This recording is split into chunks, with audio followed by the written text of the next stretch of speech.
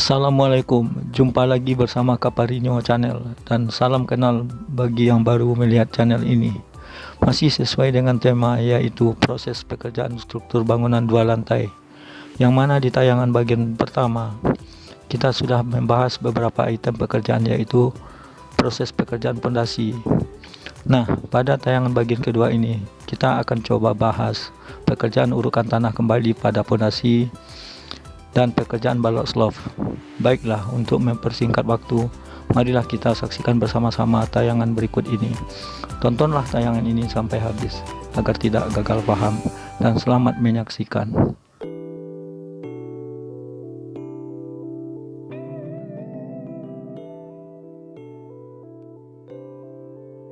Masih pada tema yang sama, proses pekerjaan struktur bangunan 2 lantai. Pada gambar potongan AA ini, kita coba terangkan bahwa dimensi serta ukuran baik yang vertikal maupun horizontal adalah sebagai contoh untuk ulasan atau pembahasan pada konten ini saja, agar mudah dipahami, dan begitu juga dengan struktur pondasinya.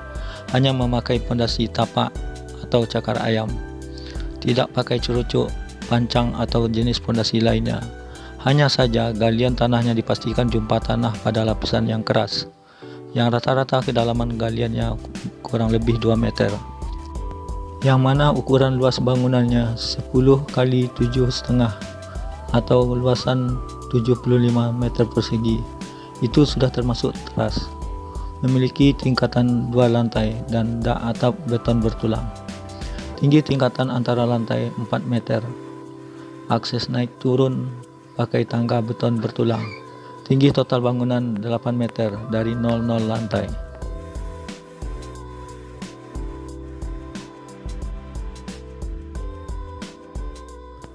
Selanjutnya pada potongan gambar BB, kita akan menerangkan dimensi serta ukuran setiap item pekerjaan struktur ini.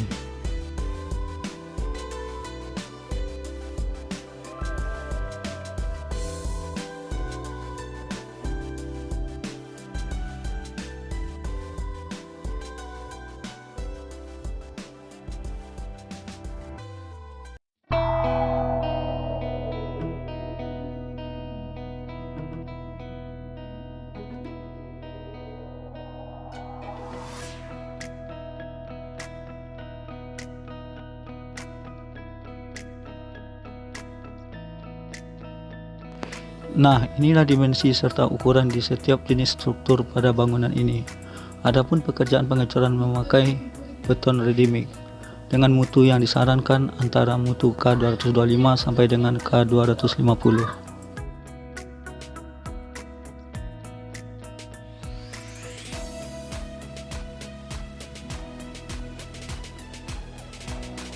Pekerjaan urukan tanah kembali pada pondasi.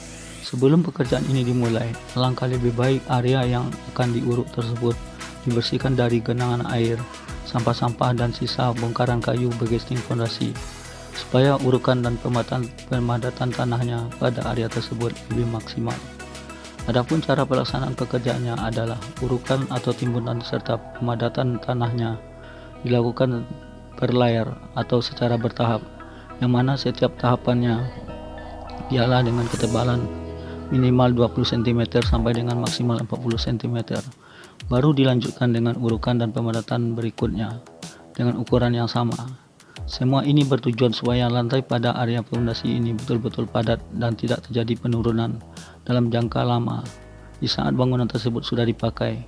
Adapun alat yang dipakai untuk pemadatan adalah stemper berdiri atau yang sejenisnya, sedangkan pemadatan secara alami tidak disarankan. Yang mana contoh dari pekerjaan pemadatan tersebut seperti gambar berikut ini.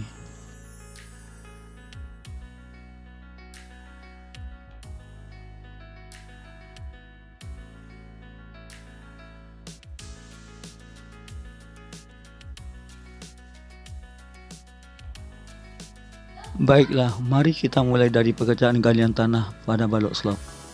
Sebelum pekerjaan galian dimulai, pastikan benang panduan pada bawah pelang terpasang. Dari benang inilah kita bisa ambil patokan atau ukuran tinggi rendahnya galian dan juga posisi horizontalnya terhadap as atau centerline bangunan sesuai dengan gambar kerja, terutama pada area balok keliling pinggir. yang akan menentukan posisi dindingnya, rata luar atau rata dalam. Ini juga jangan sampai salah pasang, karena ini akan menentukan untuk pekerjaan selanjutnya. Pekerjaan lantai kerja. Pekerjaan lantai kerja pada balok slab sama juga fungsinya dengan pada item pekerjaan pondasi, yaitu untuk memudahkan kita dalam melakukan aktivitas pekerjaan selanjutnya, dan juga melindungi besi atau tulangan balok slab dari kotoran tanah dan lumpur. Begitu juga dengan pekerjaan begesting. Kalau lantai kerjanya bagus, sesuai ukuran dan presisi, maka akan memudahkan kita untuk pekerjaan setel begestingnya dan terhindar dari pekerjaan tambal sulam pada area bawah begesting, karena ada celah-celah atau lubang yang masih menganga yang akan berakibat hilangnya air semen saat pengecoran berlangsung. Ini salah satu penyebab beton struktur keropos karena kehilangan air semen. Pekerjaan fabrikasi dan setel pembesian. Pekerjaan ini mestinya sudah dimulai dari awal, yaitu untuk pekerjaan fabrikasinya. Adapun pekerjaan setel atau merakit dilaksanakan setelah pekerjaan lantai kerjanya selesai dan sudah bisa dibebani. Barulah satu persatu pembesiannya yang sudah difabrikasi itu dilansir ke lapangan dan di setel atau dirakit sesuai dengan gambar kerja. Fungsi dari pembesian atau penulangan pada struktur bangunan dua lantai adalah untuk menyambung atau penghubung antara struktur fondasi dan kolom dari as yang satu ke as yang lainnya, untuk menjalurkan tekanan beban dari yang diterima kolom utama ke seluruh kolom utama lainnya secara merata, supaya beban dari bangunan tersebut bisa dipikul oleh fondasinya secara merata juga. Karena kalau salah satu fondasi menerima beban lebih dari kapasitasnya, alhasil bangunan tersebut akan miring karena fondasinya sudah tidak sanggup menahan bebannya. Ini salah satu penyebab bangunan ini miring, bahkan bisa ambruk. Sebuah hal yang tidak kita inginkan, bukan? Lantas, mengenai ukuran dimensi atau jumlah tulangan serta jarak dari besi begelnya pada rangkaian pembesian balok tersebut, itu semua sudah dihitung oleh perencanaan bangunan tersebut saat dirancang. Yang terpenting bagi pelaksanaan pekerjaan di lapangan adalah tetap konsisten dan mengikuti apa yang sudah ditentukan pada gambar kerja, atau mengacu kepada kesepakatan bersama dari awal sebelum pekerjaan itu dimulai. Dan selanjutnya, pekerjaan fabrikasi dan setel begesting balok slab. Pekerjaan ini juga harus dimulai sebelumnya. Fabrikasi begesting bisa dimulai saat pekerjaan pembesian baru dimulai. Tujuannya adalah untuk mengimbangi pekerjaan setel pembesian, yang mana begitu pekerjaan setel pembesian sudah dapat beberapa as atau beberapa jalur, pekerjaan setel begestingnya harus dimulai pada area yang siap tersebut, supaya waktu atau jadwal pengecorannya bisa dimajukan atau sekurang-kurangnya sesuai dengan jadwal schedule atau progres yang sudah ditentukan. Yang mana fungsi dari begesting adalah: 1. Untuk cetakan atau wadah tempat dituangnya beton saat pengecoran, dan juga sebagai wadah tempat beton berproses sampai cukup umur. 2. Untuk mewujudkan hasil beton balok slab benar-benar presisi sesuai dengan ukuran yang ditentukan pada gambar kerja. 3. Untuk mewujudkan volume pengecoran tidak over dan hasil dari pengecoran sesuai dengan volume rencana. Bahan yang dipergunakan untuk begesting bisa bermacam-macam, akan tetapi secara umum yang lazim dipakai di lapangan adalah rangkanya dari kayu atau dari kaso, dilapisi dengan multiplex minimal 9 mm. Dan agar begesting ini bisa dipakai berulang-ulang, kita bisa lapisi dengan minyak begesting. Yang lazim kita pakai di lapangan ialah dari oli bekas, dioles ke seluruh permukaan begesting tersebut. Selanjutnya, pekerjaan pengecoran balok slab. Setelah pemasangan begesting selesai, pekerjaan selanjutnya adalah persiapan pengecoran balok slab. Pekerjaan persiapan ini meliputi keseluruhan aspek pada pekerjaan tersebut. Persiapan alat dan peralatan. 1. beton ready mix dengan mutu K225 sampai dengan mutu K250, dan juga volume yang dibutuhkan serta evaluasi selam. 2. Konkrit pump dengan bom yang standar. 3. Vibrator atau penggetar beton. 4.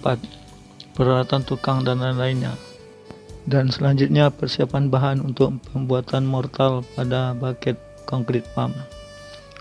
Bagian B, persiapan checklist terhadap konstruksi dan lokasi yang akan dicor. Nomor 1, checklist pembersihan tulangan struktur.